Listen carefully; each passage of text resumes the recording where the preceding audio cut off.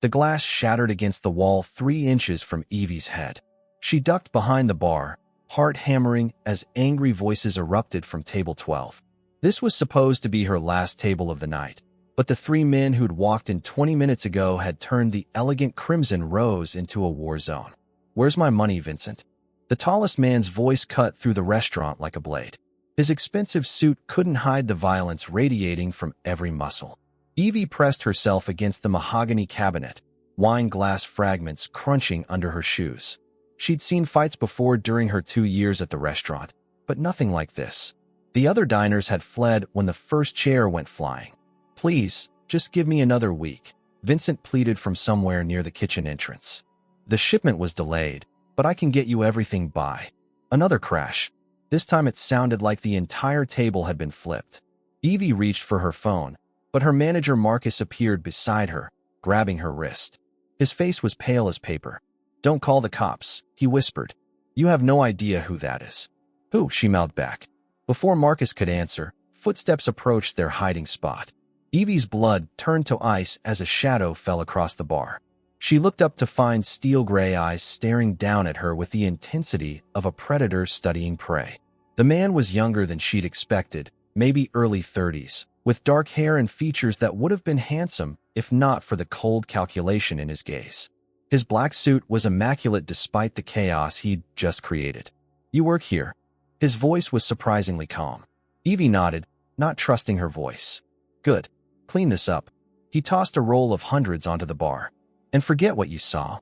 He turned to leave, then paused. "What's your name?" "Evie." The word slipped out before she could stop it.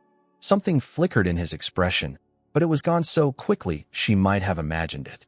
He studied her face for a long moment, taking in her auburn hair, green eyes, and the exhaustion she couldn't hide after 3 straight shifts. "Evie Stormwind," she added, though she had no idea why. "Lysander Cross." He extended his hand like they were meeting at a charity gala instead of standing in the wreckage of what used to be the restaurant's main dining room. Against every instinct screaming at her to run, Evie shook his hand. His grip was firm but surprisingly gentle. "You should go home," he said. "It's late." As if summoned by his words, thunder rumbled overhead. The storm that had been threatening all evening finally broke, rain lashing against the restaurant's windows. Evie glanced at the clock above the bar. 2:30 in the morning. She'd been here since 6 yesterday evening, covering for sick coworkers and dealing with the dinner rush from hell. Her feet ached, her lower back screamed, and she still had to catch 2 buses to get back to her tiny apartment in Pilsen. "I'm waiting for my ride," she said, though the truth was she'd been waiting for the storm to pass before making the long trek to the bus stop. Lysander's men had finished whatever business they'd come for.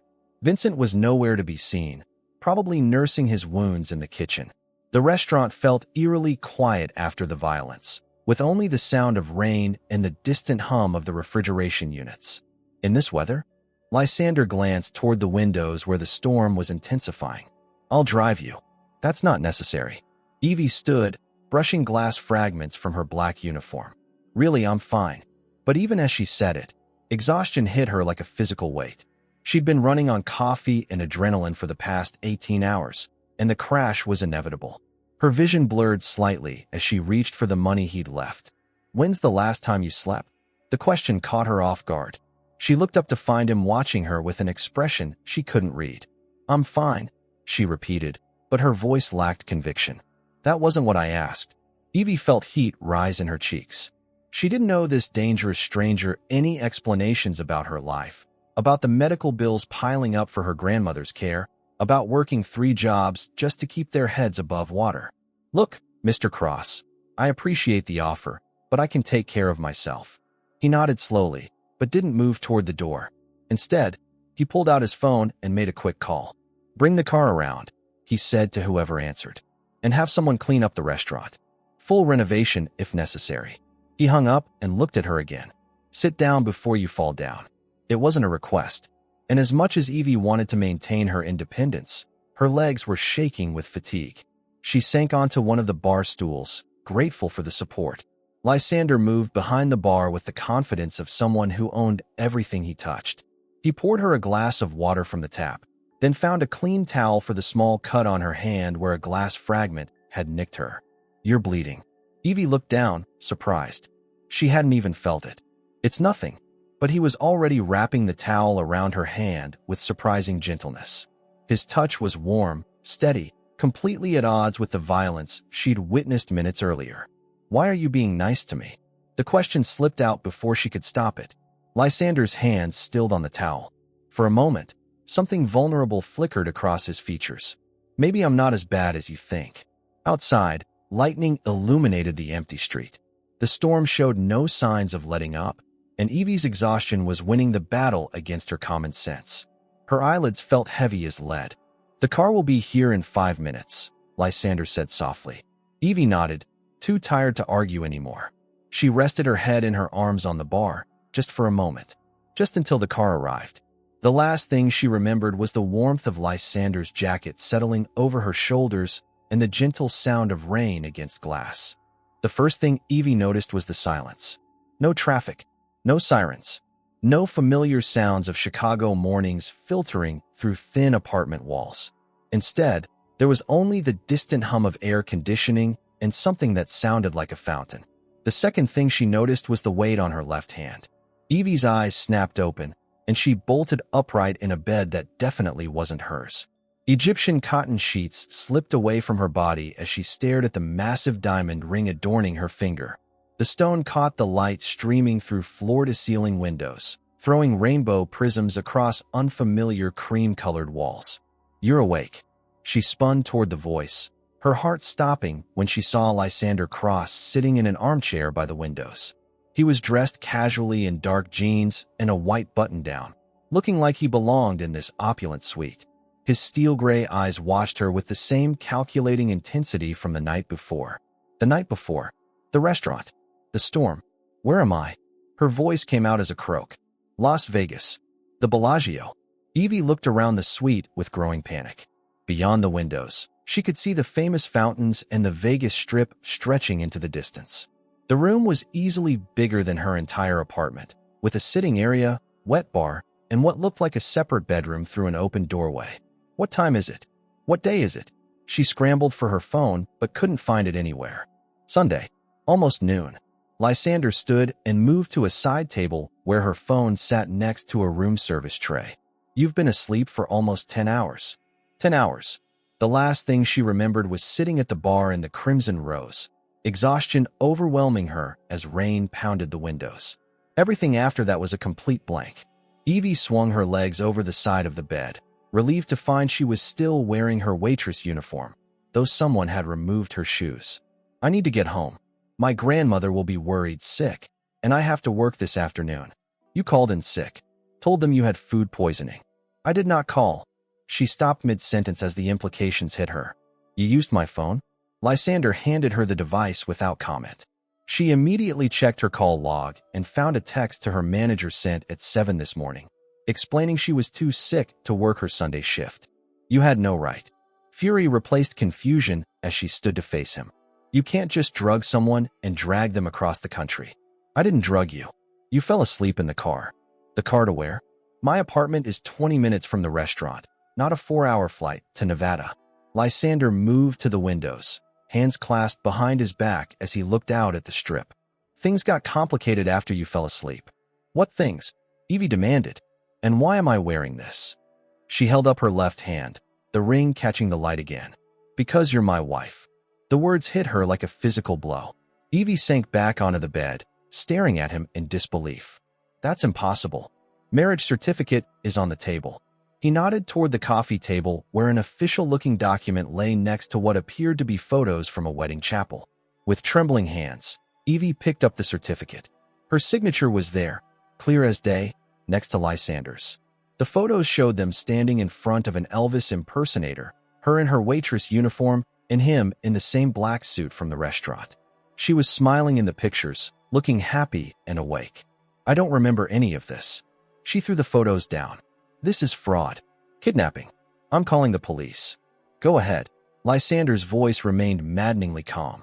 But you might want to hear why I did it first. Nothing you say could possibly justify this. He turned from the window, and for the first time, she saw something other than cold calculation in his expression. It might have been regret, or or something deeper? Vincent Torino owed my organization $3 million. When he couldn't pay, he offered information instead. Information about a witness to some very sensitive business dealings. Evie's blood turned cold. What does that have to do with me? The witness was your grandmother, Cordelia Stormwind. She was a private nurse for some very important people 20 years ago. Grandma Cordelia has dementia. She doesn't remember what she had for breakfast, let alone something from 20 years ago. My competitors don't know that. All they know is that she has information they want, and the easiest way to get it would be through someone she trusts. Someone she might remember things for. The implication hit her like a sledgehammer. Me.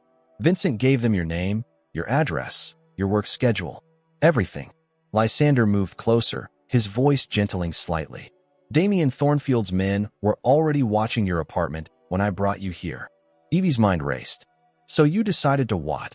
Marry me without my consent to protect me? That's insane. Marriage provides certain legal protections.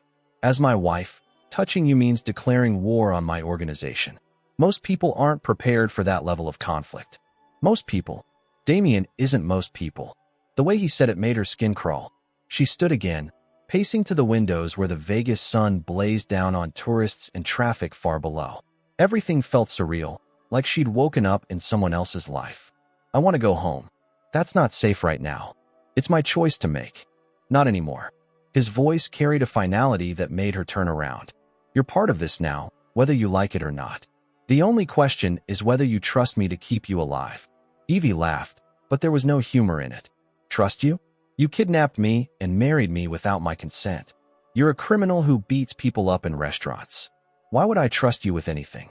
Something flickered in his expression at her words, but he didn't deny any of it.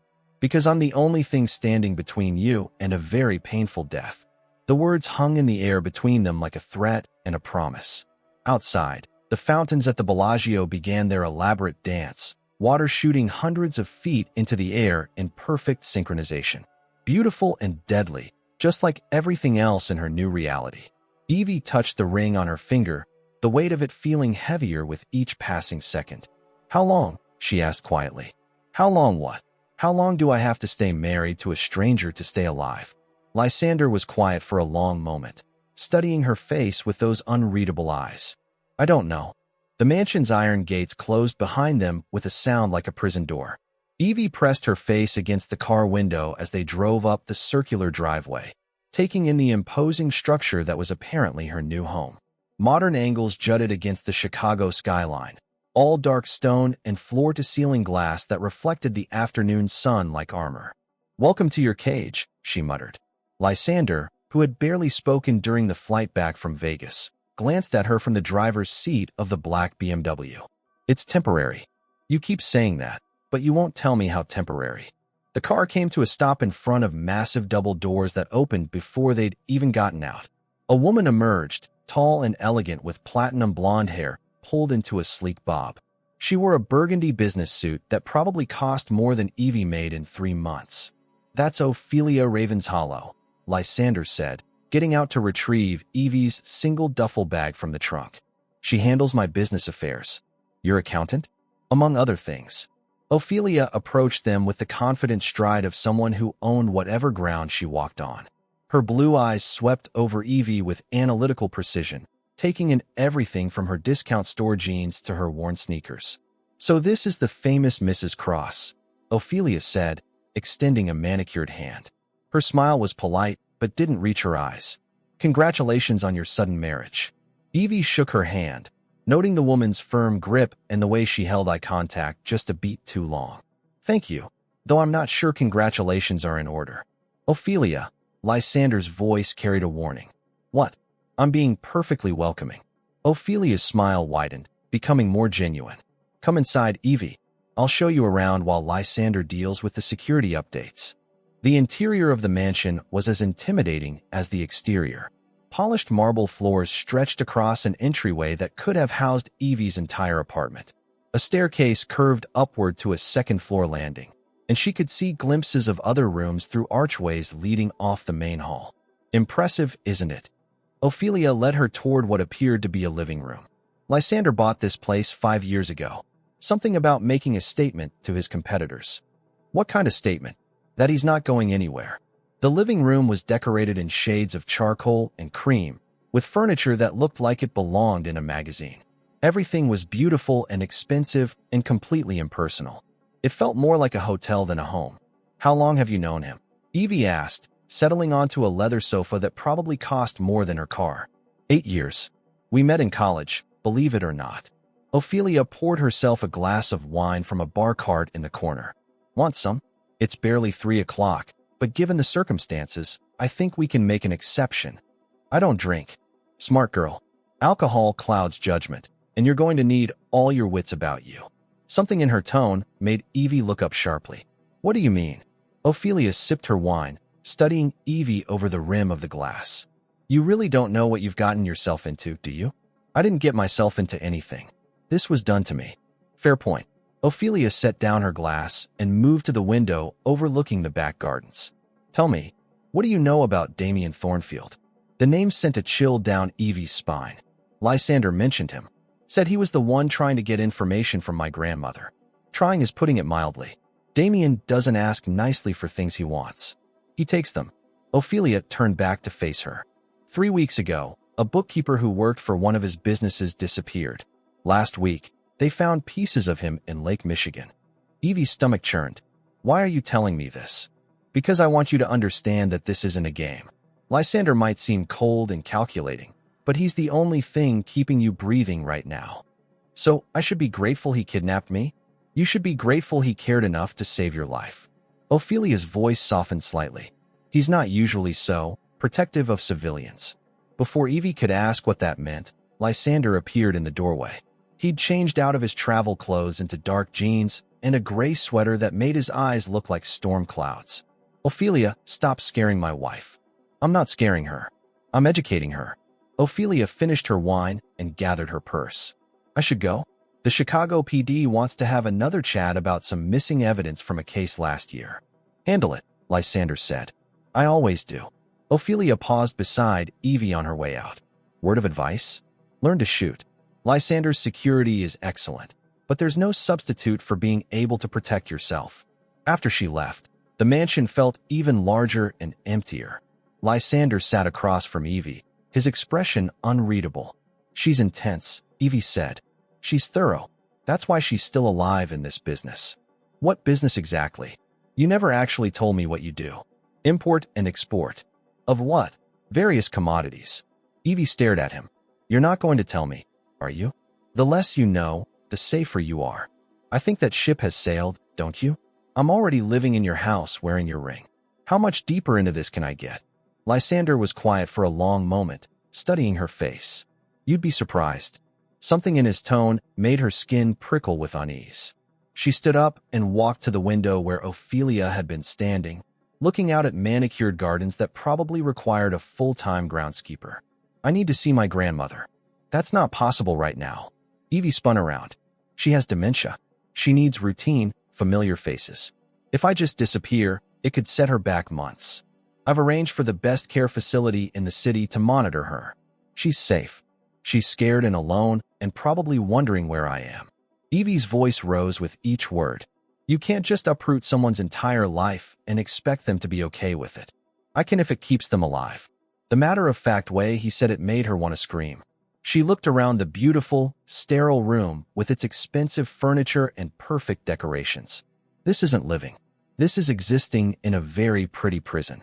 Lysander stood and moved toward her, stopping just close enough that she had to tilt her head back to meet his eyes. Would you prefer a real prison?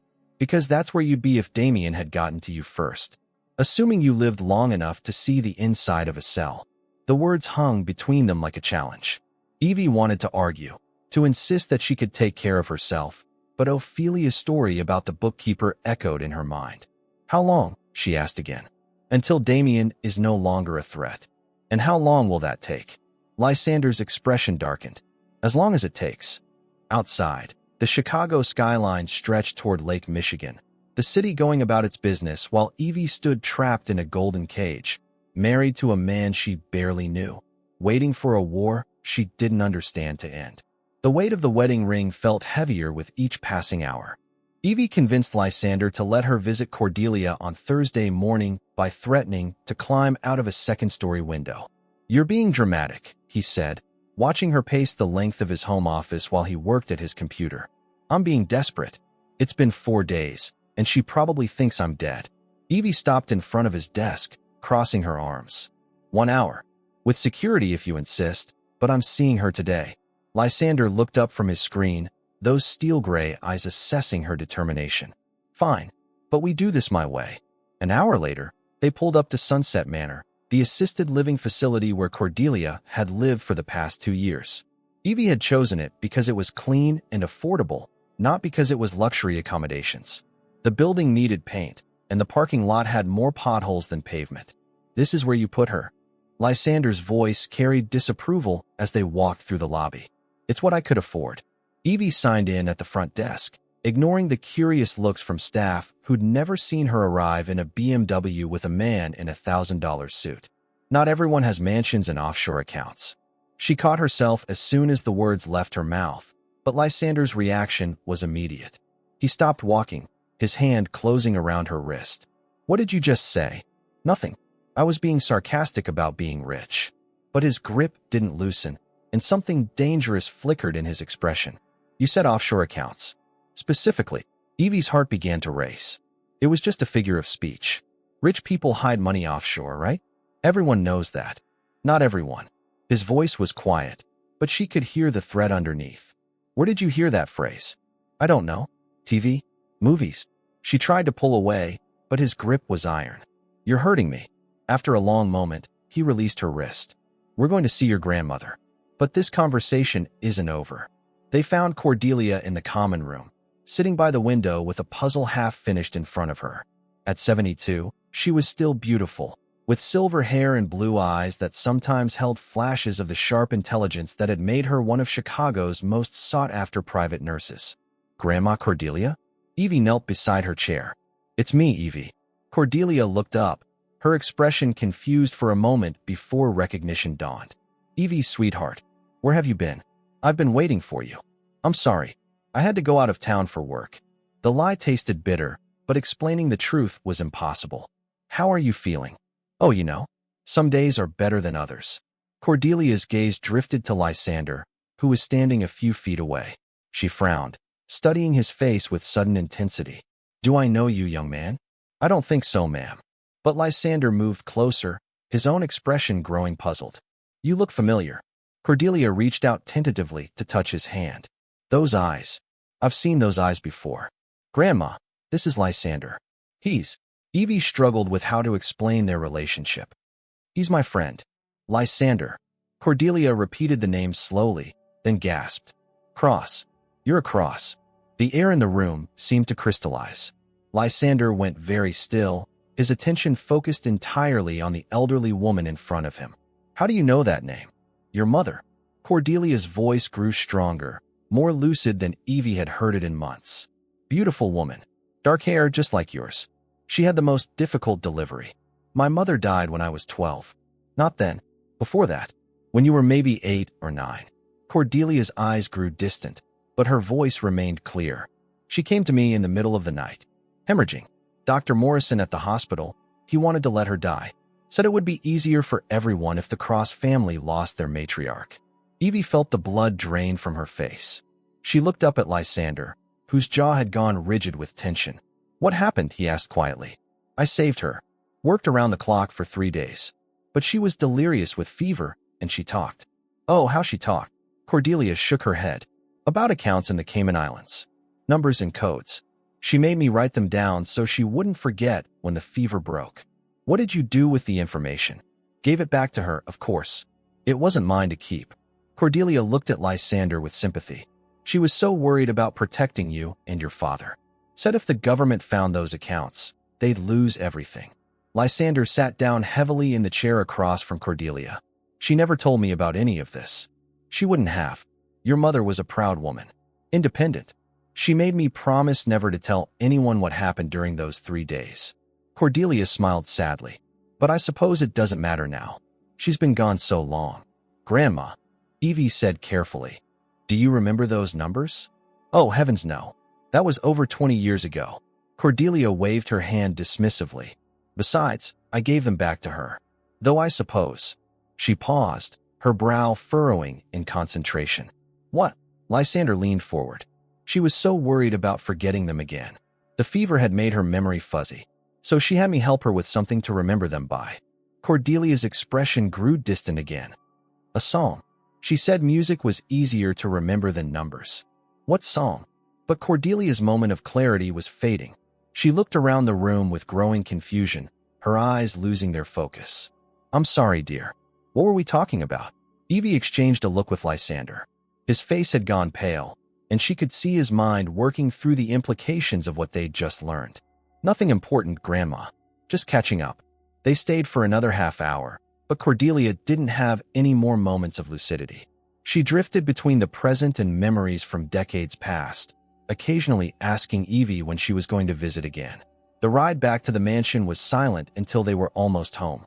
20 years ago, Lysander said finally, right before the federal investigation into my father's businesses. Is that why Damien wants the information? For the account numbers? Those accounts were closed and moved years ago. But if Damien thinks they still exist. He trailed off, his knuckles white on the steering wheel. What? The amount of money he thinks he's chasing would be worth starting a war over. Evie thought about her grandmother's fragile state, the way she drifted in and out of awareness like a radio with poor reception. She doesn't really remember, does she? The numbers, I mean. Maybe not the numbers themselves. But if there's a song. Lysander pulled into the driveway and turned off the engine. Music can sometimes break through dementia in ways other memories can't. They sat in the car as the garage door closed behind them, both lost in their own thoughts. Evie realized that her grandmother wasn't just a random witness to old crimes. She was the key to something much larger and more dangerous than either of them had understood. This changes things, doesn't it? She asked. Lysander's laugh was hollow. Everything. Evie found Ophelia in Lysander's study the next morning, rifling through a stack of financial documents with the efficiency of someone who'd done it 1,000 times before. He's not here, Ophelia said without looking up. Meeting with his attorneys about some complications with a shipping contract. I wasn't looking for him. Evie stepped into the room, closing the door behind her. I was looking for you. That got Ophelia's attention. She set down the papers and leaned back in the leather chair, studying Evie with those sharp blue eyes. This should be interesting. What can I do for you, Mrs. Cross? Stop calling me that. Evie moved to the window overlooking the back gardens. And tell me what really happened the night he brought me to Vegas. What do you mean? I mean, I want the truth. Not his version where I conveniently fell asleep and he decided to marry me for my own protection. The real truth.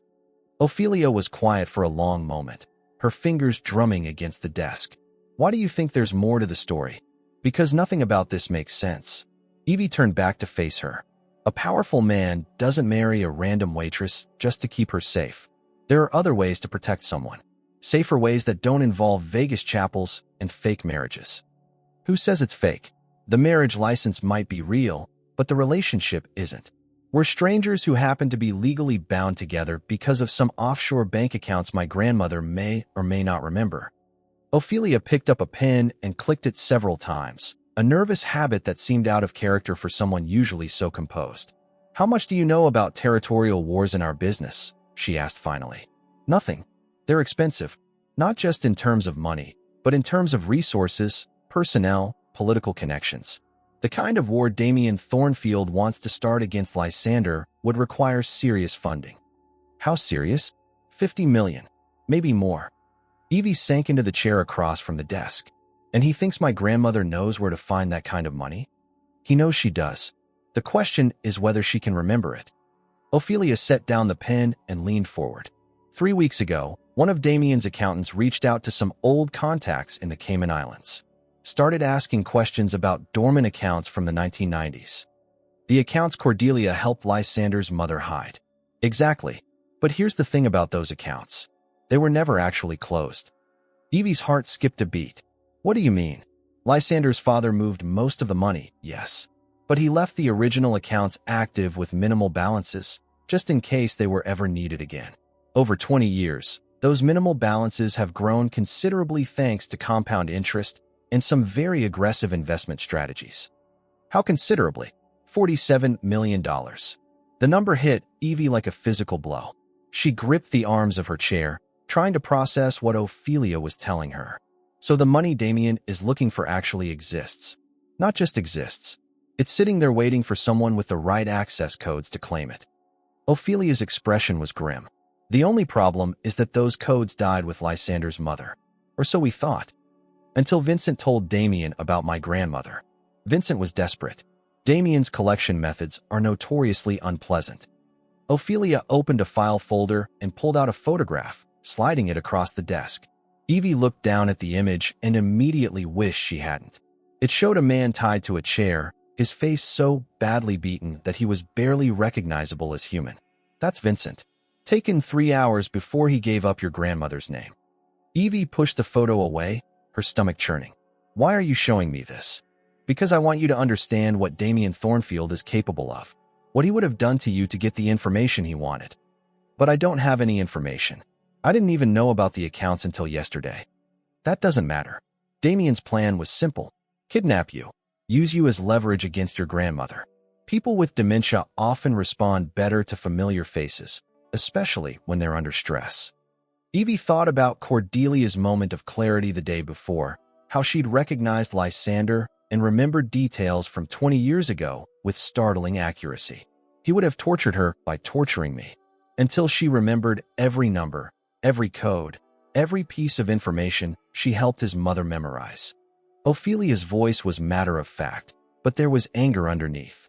And then he would have killed you both to eliminate any witnesses. The room felt too small suddenly, the walls pressing in from all sides. Evie stood and walked back to the window, needing air that didn't taste like fear and violence. So Lysander saved my life. He did more than that. He made you untouchable. What do you mean? Marriage in our world isn't just a legal contract. It's a declaration of alliance. By marrying you, Lysander put you under the protection of his entire organization. Anyone who harms you is essentially declaring war on one of the most powerful families in Chicago. But why marriage? Why not just hide me somewhere, give me protection? Ophelia was quiet for so long that Evie turned around to look at her. The other woman was staring at the photograph of Vincent, her expression unreadable. Because he owes your family a debt. What kind of debt? The kind that can only be repaid with blood or marriage. Ophelia looked up, meeting Evie's eyes. Your grandmother saved his mother's life. In our world, that creates an obligation that passes down through generations. A debt of honor. Exactly. When Lysander realized you were in danger because of information your grandmother possessed, he had two choices. Let Damien take you and violate the debt, or protect you himself and honor what your family did for his. Evie thought about that night at the restaurant, the way Lysander had looked at her when she'd told him her name. The moment of recognition she'd thought she'd imagined. He knew who I was. From the beginning. He suspected. Stormwind isn't a common name, and he's had people keeping an eye on your grandmother for years. Not to threaten her, but to make sure she was safe. When he saw you working at the Crimson Rose, he realized I was Cordelia's granddaughter. And when Vincent gave Damien your information, Lysander knew he had to act fast. So he drugged me. He gave you a mild sedative. Enough to make sure you slept through the flight and the ceremony. Ophelia's voice gentled slightly. You were exhausted, Evie. You probably would have fallen asleep anyway. But he didn't give me a choice. Would you have said yes if he'd asked? Evie considered the question honestly. If a dangerous stranger had approached her in a restaurant and explained that she needed to marry him immediately to avoid being tortured and killed, would she have agreed? Probably not. Then he did what he had to do to keep you alive. And now you're married to one of the most powerful men in Chicago, and Damien Thornfield can't touch you without starting a war he can't afford to fight. Evie leaned against the window, watching the gardeners work in the perfectly manicured yard below. Everything looked so normal from up here, so peaceful. It was hard to believe that her entire life had been turned upside down because of something her grandmother had done decades ago. What happens next? That depends on Damien, and on whether your grandmother really can remember those account numbers. She said she couldn't remember them, that she gave them back to Lysander's mother. But she also said something about a song.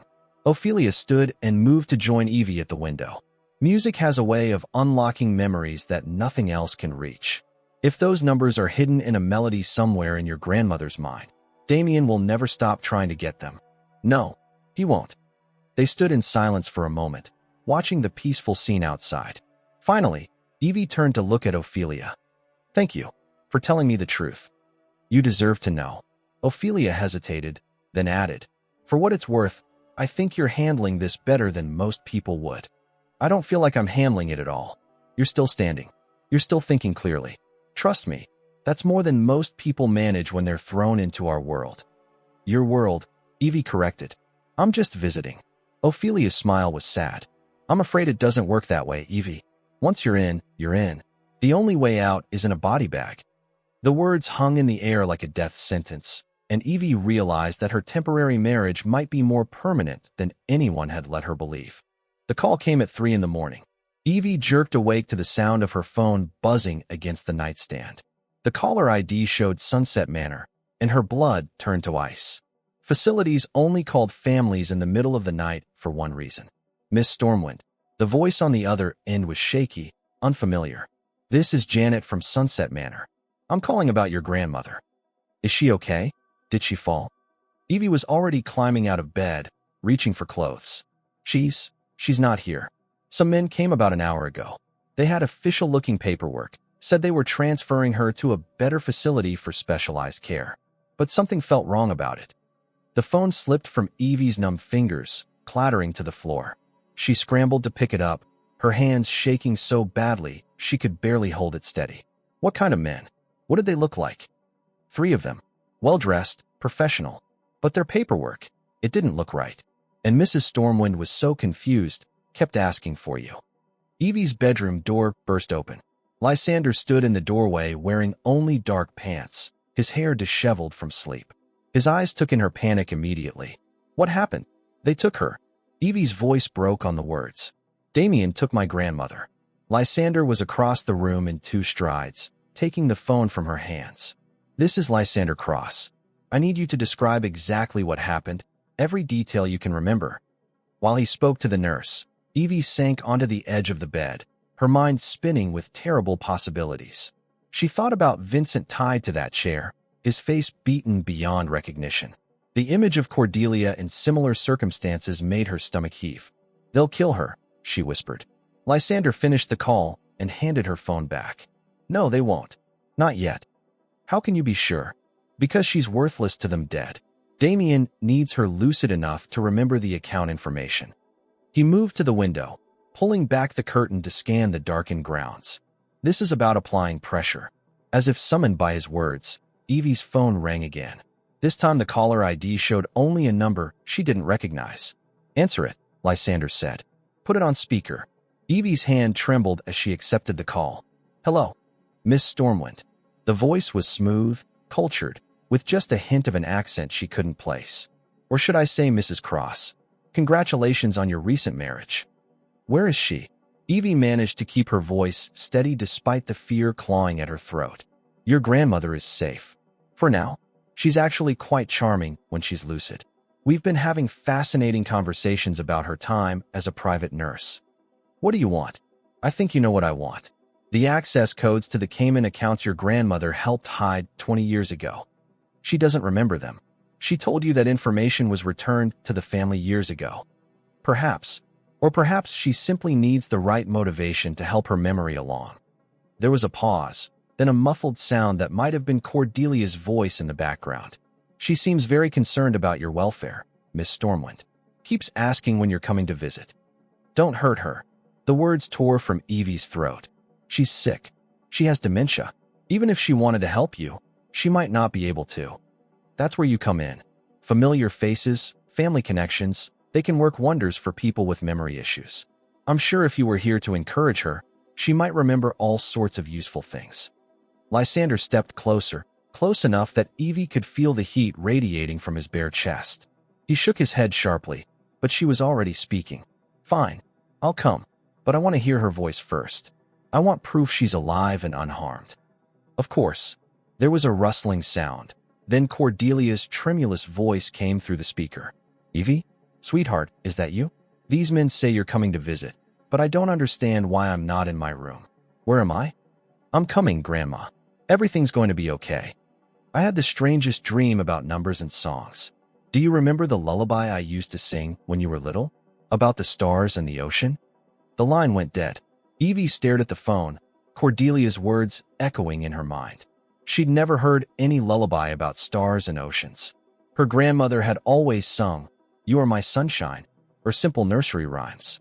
She was trying to tell us something, Evie said. Lysander nodded grimly. The song, the one my mother used to help her remember the account numbers. But I don't know any lullaby about stars and oceans. Then we'll have to get close enough for her to sing it to you. Evie looked up at him sharply. You're not going anywhere alone. Lysander moved to his dresser, pulling out a black shirt. This is exactly what Damien wants.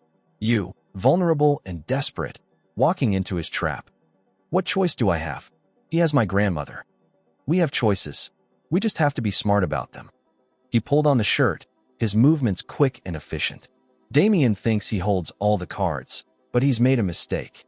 What mistake? He took her from the facility instead of waiting for you to visit. That means he's working from a secondary location, somewhere he had to transport her to. That limits his options. Lysander disappeared into his walk-in closet, emerging a moment later with a small black case. He opened it to reveal a sleek pistol and 2 magazines. Do you know how to use this? Evie shook her head, backing away from the weapon. I've never even held a gun. Today's a good day to learn. He ejected the magazine, checked it, and slammed it back into place with practiced efficiency. Damien's going to expect you to come alone and unarmed. We're going to give him half of what he wants. I don't understand. You're going in, but you won't be alone. And you definitely won't be unarmed. Lysander tucked the gun into a shoulder holster hidden beneath his jacket.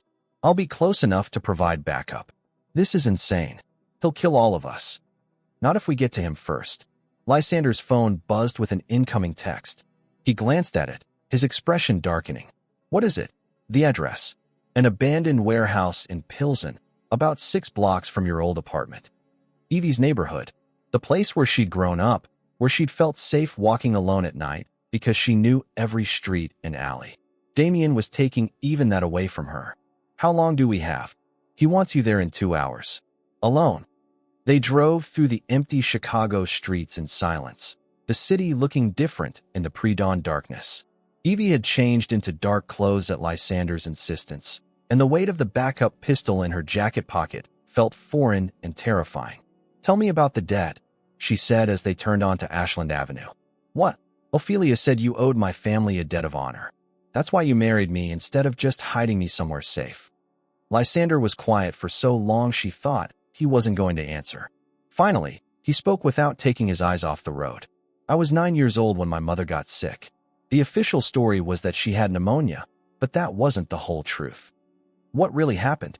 She was pregnant, about 6 months along, but there were complications, and she started hemorrhaging. My father rushed her to the hospital, but when they saw the cross name on the intake forms, they were going to let her die. Dr. Morrison told my father that sometimes these things were God's will, that perhaps it was better if certain bloodlines didn't continue. Lysander's knuckles were white on the steering wheel. My father was ready to burn the hospital down, but your grandmother stepped in. What did she do? She told Morrison that if my mother died on her watch, she'd make sure every newspaper in Chicago knew exactly how the Cross family matriarch had been murdered by medical negligence. She worked around the clock for 3 days, brought my mother back from the edge of death. And the baby? Didn't make it. But my mother lived. Lysander pulled to a stop 3 blocks from the warehouse address. Your grandmother never asked for payment, never tried to use what happened as leverage. She just did what was right because it was right. So when you found out I was in danger, I had a choice. Honor the debt my family owed yours, or let Damien Thornfield torture and kill the granddaughter of the woman who saved my mother's life. They sat in the darkened car, the weight of history and obligation hanging between them like a bridge neither had asked to cross. Are you ready? Lysander asked. Evie thought about Cordelia, scared and confused in some warehouse with men who would hurt her without hesitation. She thought about the lullaby that might hold the key to millions of dollars and the power to end this nightmare. No, but let's do it anyway.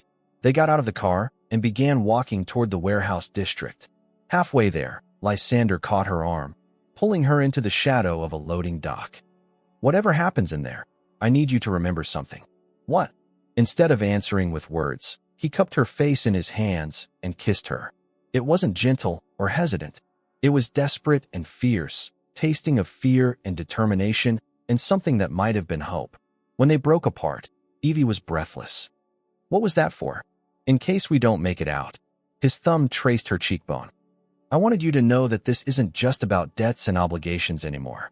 Before she could ask what he meant, he was moving again, leading her toward the warehouse where her grandmother waited and their future hung in the balance. The warehouse loomed against the pre-dawn sky like a monument to urban decay. Broken windows stared down at them like dead eyes, and the smell of rust and stagnant water hung heavy in the air. Evie pressed herself against the corrugated metal wall, listening to Lysander speak quietly into his earpiece. Benedict, are you in position? Affirmative. I've got eyes on the south entrance. 3 guards, armed but not particularly alert. And the north. 2 more. They're expecting her to come through the front, so the sides are lighter. Evie closed her eyes, trying to calm her racing heart. Benedict Grimstone had been part of the plan from the beginning. Lysander's most trusted lieutenant, the man who'd helped coordinate security for the mansion and had been working the Cross organization for 8 years. Remember, Lysander whispered, checking his weapon one more time. You go in through the front. Keep them talking. Give me 5 minutes to get into position. What if something goes wrong? Nothing's going to go wrong. But even as he said it, something flickered in his expression. Doubt, maybe, or recognition that they were walking into a situation with too many variables. Evie's phone buzzed. Another text from Damien with simple coordinates marking an entrance on the east side of the building. He's moved the meeting point, she said, showing Lysander the message. Shit. Lysander spoke into his earpiece again. Benedict, they've changed the entry. East side now. Copy that. Adjusting position. They moved along the perimeter of the building, staying in the shadows cast by abandoned shipping containers and rusted machinery. The industrial district was eerily quiet at this hour, with only the distant hum of traffic on the highway to break the silence. At the east entrance, a single guard waited by a door that had been propped open. He was young, maybe early 20s, with the kind of nervous energy that suggested this wasn't his usual line of work. You Evie? He asked as she approached. Yes. Phone and any weapons. She handed over her cell phone, but kept the pistol hidden beneath her jacket. The guard's pat-down was perfunctory, more concerned with metal detectors than actual searching. Straight back. They're waiting for you. The interior of the warehouse was a maze of abandoned equipment and makeshift partitions. Evie followed a path marked by battery-powered lanterns, her footsteps echoing in the cavernous space. Behind her, she could hear the guard speaking quietly into his radio, reporting her arrival. She found them in what had once been an office area, elevated above the main floor and accessible by a metal staircase. Damien Thornfield was exactly what she'd expected, tall, well-dressed, with the kind of polished appearance that made his profession all the more unsettling. He stood behind a desk that looked like it had been salvaged from the building's previous life as a shipping office. Cordelia sat in a chair beside the desk, looking small and fragile under the harsh fluorescent lighting that someone had rigged up for the occasion.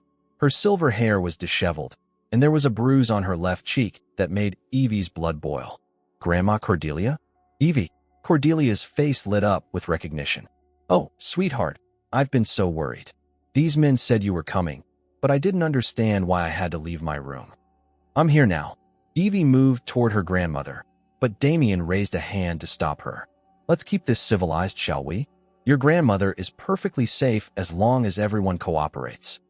What do you want me to do? Simple. Help her remember. She's been telling us about a song that contains some very important information, but she can't seem to recall how it goes. Evie looked at Cordelia, who was watching her with the intensity of someone trying to communicate something vital. What song, Grandma? The one I used to sing to you. About the stars and the ocean depths. You remember, don't you? The numbers that dance in the moonlight? It meant nothing to Evie, but she nodded anyway. Of course I remember. Excellent. Damien smiled, but there was no warmth in it. Perhaps you could sing it together? I'm sure that would help her memory. Before Evie could respond, the lights went out. Emergency lighting kicked in a second later, bathing everything in an eerie red glow. Shouts erupted from below as Lysander's attack began. Evie heard gunshots, rapid and precise, echoing through the warehouse. Damien drew his weapon, but instead of pointing it at Evie, he aimed it at Cordelia. "Your husband is more resourceful than I expected. Let her go. I'll cooperate, just don't hurt her." "I'm afraid it's too late for that." More gunshots from below, closer now. Lysander was making his way toward them, but Damien's men were putting up resistance. In the red emergency lighting, everything looked like a scene from hell. Evie heard footsteps on the metal stairs. Heavy boots, moving fast. A figure appeared in the doorway, weapon drawn and ready. Benedict Grimstone stepped into the room, and for a moment, Evie felt a surge of relief. Lysander's most trusted man had come to rescue them. Then Benedict turned his gun on Evie. "Sorry about this," he said, his voice carrying genuine regret. "Nothing personal." The betrayal hit her like a physical blow. She looked back and forth between Benedict and Damien, understanding flooding through her like ice water. "How long?" she managed to ask. 3 years, Damien answered for him. "Benedict has been very helpful in providing information about Lysander's operations. Unfortunately, your marriage complicated things significantly." "Benedict," Lysander's voice carried up from the main floor. "Status report." Benedict raised his radio. "All clear up here. Target secured." But his voice carried differently in person than over the radio, and Evie heard the exact moment when Lysander realized what had happened. The gunfire below stopped abruptly, replaced by a silence that was somehow more terrifying. "He knows," Benedict said. Damien nodded. "Then we need to move quickly. The song, Mrs. Cross. Sing it with your grandmother, or Benedict starts shooting." Cordelia had been listening to everything with growing agitation. The stress and confusion of the situation seemed to be pushing her deeper into her dementia, and she rocked slightly in her chair. "I don't know the song," Evie said desperately. She mentioned it for the first time today. "I've never heard any lullaby about stars and oceans." "Then perhaps she needs encouragement." Damien nodded to Benedict. Benedict moved behind Cordelia's chair and pressed his gun to the back of her head. "Start remembering, old woman." "No." Evie lunged forward, but Damien caught her arm. The sound of Lysander's footsteps on the metal stairs was unmistakable now. He was coming, and he was angry. "Cordelia," Evie said urgently, "the song. The one with the numbers. Can you remember any of it?" Her grandmother looked up at her with sudden clarity, the kind of lucid moment that sometimes broke through the fog of her condition like sunlight through clouds. "7 stars in the ocean deep," she began to sing in a quavering voice. "Where the currents run so cold and steep. 4 and 7 and 9 and 3, guard the treasure beneath the sea." "Keep going," Damien urged. 2 and 8 and 5 and 1, shining bright like morning sun. 6 and 0, 3 and 4, sleeping on the ocean floor. The numbers.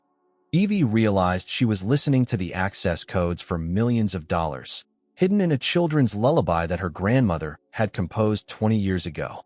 Lysander appeared in the doorway, his weapon trained on Benedict. "Let them go." "I don't think so." Benedict kept his gun against Cordelia's head. "Drop your weapon, or the old lady dies." For a moment, nobody moved. Then Lysander slowly lowered his pistol. "Good. Now kick it away." The gun skittered across the floor, coming to rest against the far wall. Benedict smiled, but there was no satisfaction in it. "You know I didn't want it to come to this." 3 years, Lysander said quietly. 3 years you've been feeding information to my enemies. Not enemies. Competition. This business is bigger than personal loyalty. What did he offer you? Enough to disappear. New identity, new life, somewhere far from Chicago winters. The conversation might have continued, but Cordelia suddenly grabbed Benedict's arm. The movement was unexpected, instinctive, and it threw off his aim just enough. The gun fired. The sound was deafening in the enclosed space. Cordelia cried out, falling sideways in her chair as blood bloomed across her shoulder. Evie screamed, throwing herself toward her grandmother as chaos erupted around them. Lysander moved like lightning, covering the distance to Benedict before the man could fire again. They hit the ground hard, fighting for control of the weapon. Damien was shouting orders into his radio, calling for backup from his men below. But Evie wasn't listening to any of it. All her attention was focused on Cordelia, who was bleeding heavily and trying to speak. "Grandma, stay with me. Help is coming." The song, Cordelia whispered, her voice growing weaker. Did you hear it all? All the numbers?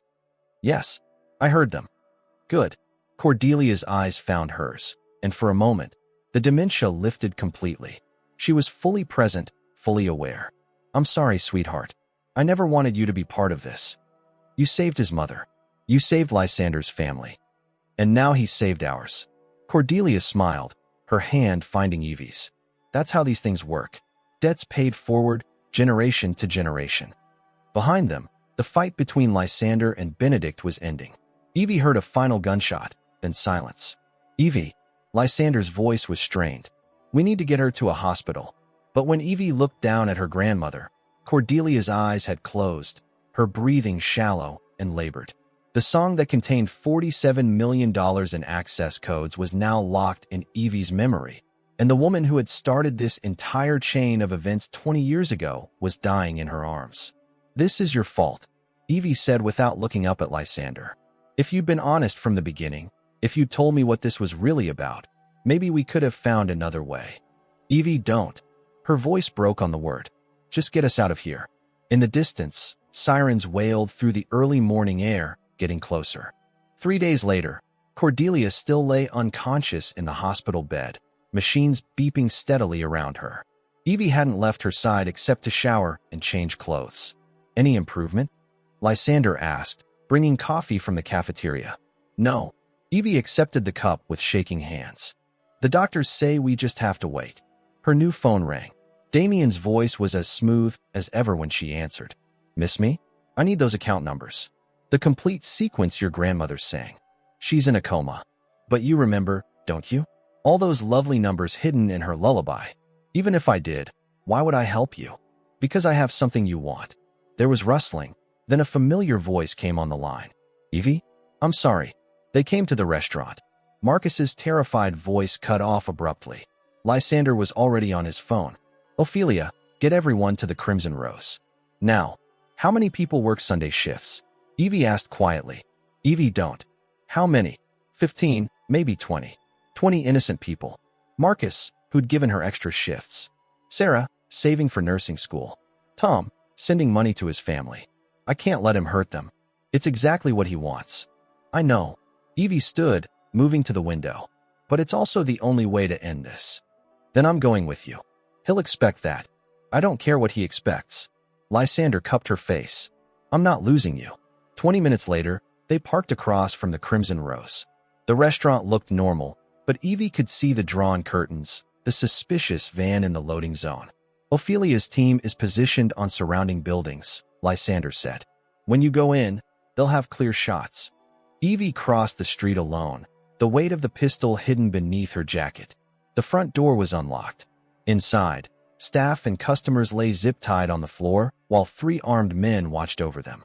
Damien sat at table 12, exactly where this nightmare had started. Punctual as always, he said, gesturing to the chair across from him. The numbers, Mrs. Cross. All of them. Let them go first. Insurance policy, you understand. He poured wine from an expensive bottle. The numbers. Slowly.